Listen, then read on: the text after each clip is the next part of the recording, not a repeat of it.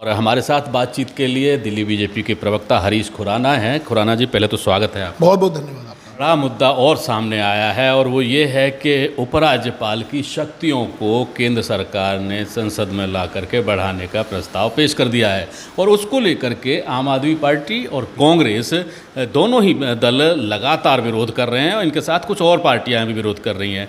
आखिर पहली बात तो ये है कि इस टाइप का कोई भी बिल लाने की ज़रूरत क्या थी? पहला सवाल मेरा यही रहेगा। मुझे एक बात पूछना चाहूँगा आम आदमी पार्टी और कांग्रेस के लोगों से। 1993 से लेके अब तक दिल्ली के स्टेटस में क्या चेंज आया? 1993 में जब पहली सरकार बनी थी भारतीय जनता पार्टी की, तब भी दिल्ली एक यूनियन टेरिटरी था। 1998 में जब शीला दीक्षित जी मुख्यमंत्री बनी थी कांग्रेस की, तब भी यूनियन टेरिटरी था। और 2015 के अंदर जब 13 के अंदर जब पहली बार मुख्यमंत्री बने थे केजरीवाल साहब, तब भी यूनियन टेरिटरी था और आज भी यूनियन टेरिटरी है। तो स्टेटस में फ़र्क क्या है? पहली बात तो ये बताइए। दूसरी बात, आप सबको जानकारी है कि यूनियन टेरिटरी का मुखिया कौन होता है। चाहे वो पौंडीचेरी ले लीजिए, चाहे वो जम्मू कश्मीर ले लीजिए, यूनियन टेरिटरी का जो मुखिया होता है वो लेफ्टिनेंट गवर्नर होता है, ना कि मुख्यमंत्री या कोई और। Is the administrator of the union territory. Delhi 239AA के तहत एक स्पेशल पावर मिली हुई है, जिसमें विधानसभा है और विधानसभा के तहत आपके कुछ राइट्स हैं और इनके कुछ राइट्स हैं। अनफॉर्चुनेटली 2016 के अंदर आपने अपने राइट्स को फ्लॉ करते हुए आपने कुछ ऐसे डिसीजन ले लिए, आपने बिना एलजी से पूछे आपने काम किए। तो सुप्रीम कोर्ट के अंदर ये बातें गई। 2019 के अंदर मैंने आज भी ट्वीट किया है, 2019 में आपने सुप्रीम कोर्ट को लिटरली लताड़ते हुए कहा कि अनकॉन्स्टिट्यूशनल, ये अरविंद केजरीवाल के साहब के शब्द हैं। मैंने ट्वीट भी किया उस 2019 के आर्टिकल को।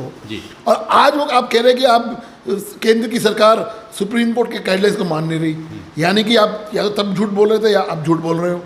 तो मेरा मानना ये, मेरा कहना सिर्फ इतना है कि आप अननेसेसरी इशू को, सुप्रीम कोर्ट ने कहा कि आप क्लैरिफाई कर दीजिए कि किसकी क्या पावर है, उसको क्लियर करते हुए लेफ्टिनेंट गवर्नर की क्या पावर है और सीएम की क्या पावर है, उसको क्लियर किया। दिल्ली की सियासत में लेकिन एक बात तो है कि अभी फ़िलहाल पिछले 2 साल से, 1.5 साल से, 1 साल से कोई ऐसा विवाद खड़ा हुआ नहीं था एलजी और सीएम के बीच। उसके बावजूद केंद्र सरकार की तरफ से इस तरीके का प्रस्ताव लाना और दूसरी तरफ विपक्ष का विरोध करना, बीजेपी का समर्थन करना, कहीं ना कहीं सियासत बढ़ गई है। मुझे तो हैरानी होती है विवाद हो क्यों रहा है।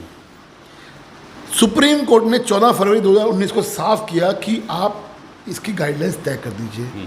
संविधान के हिसाब से आपने उस गाइडलाइन को तय कर दिया। आपको विवाद क्यों हो रहा है, मुझे समझ में नहीं आ रहा। आपको कह रहे हैं कि मुझे एलजी से क्यों पूछने की जरूरत है। अरे बाबा, 1993 में भी हर बिल एलजी के अप्रूवल और एलजी के सलाह से विधानसभा में पेश होता था। अब भी अगर आपने पूछ के कर लिया तो क्या हो गया? अगर आप कॉन्स्टिट्यूशन काम कर रहे हो तो आपको डरने की जरूरत नहीं है। मैं एक बात पूछना चाहूँगा, आपके दर्शकों के सामने से पूछना चाहूँगा। याद होगा आपको, कोरोना टाइम में इसने कहा था कि दिल्ली के अंदर हॉस्पिटल के अंदर बाहर के लोग आ जाते हैं, कहा था। अगर इसने एक बिल पास कर दिया कि आपके रिश्तेदार या आपके माता पिता या आपके भाई बंधु दिल्ली से बाहर रहते होंगे, वो दिल्ली में इलाज कराना चाहता होंगे, और उसने बिल पास कर दिया कि दिल्ली से बाहर के लोग इलाज नहीं करा सकते, क्या केंद्र की सरकार या एलजी मुखदर्शन बन के बनी रहेगी, खड़ी रहेगी? क्या इंटरफेयर नहीं करेगी? क्या बिल्कुल सवाल आपका अनकॉन्स्टिट्यूशनल काम नहीं है क्या? अनकॉन्स्टिट्यूशनल काम को रोकने के लिए एलजी से परमिशन लेना आपको जरूरी है।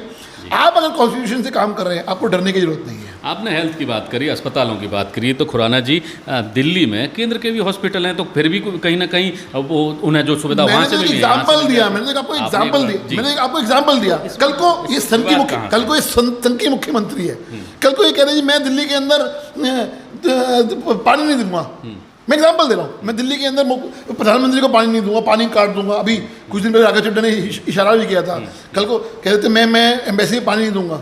क्या एलजी साहब मूकदर्शक बन के बने खड़े रहेंगे क्या? मुझे बात का जवाब दीजिए। चलिए, बिल्कुल ऐसे तमाम ऐसे कई, ये संघ की मुख्यमंत्री है, ये कुछ भी कर सकता है। ये कल को कहेगा दिल्ली, आप हॉस्पिटल की बात कर रहे हो, दिल्ली के हॉस्पिटल में कल को कह दे कि आपके रिश्तेदार में मेरे रिश्तेदार इलाज नहीं करा सकते। चलिए, फिलहाल जिस तरीके से इस तरीके की बातें आ रही हैं कि दिल्ली सरकार के अधिकारों को कहीं ना कहीं इस बिल के माध्यम से कम किया गया है, तो एक बात क्लियर कर दूं, कोई अधिकार कम नहीं हुए। ये बात मैं चैलेंज करके कह सकता हूं, कोई अधिकार कम नहीं है। 1993 के अंदर भी जो अधिकार थे और जो आज 2021 के अंदर अधिकार है सेम अधिकार हैं। चलिए, लेकिन उसके बावजूद सत्ता पक्ष का तो यही आरोप है कि अधिकार कम किए जा रहे हैं, तो कहीं ना कहीं ये उस रास्ते की तरफ तो नहीं जा रही है बीजेपी के? पहले दिल्ली को पूर्ण राज्य की दर्जा देने की बात थी और समर्थन था, लेकिन अब कहीं ना कहीं उस मुद्दे से पीछे हटा जा रहा है। देखिए, दो अलग अलग विषय हैं। पूर्ण राज्य का दर्जा और जो आज की डेट का जो विवाद है वो अलग अलग विषय हैं, आप इसको जोड़िए मत। आप बात कर रहे हो संविधान के संशोधन क्यों आया।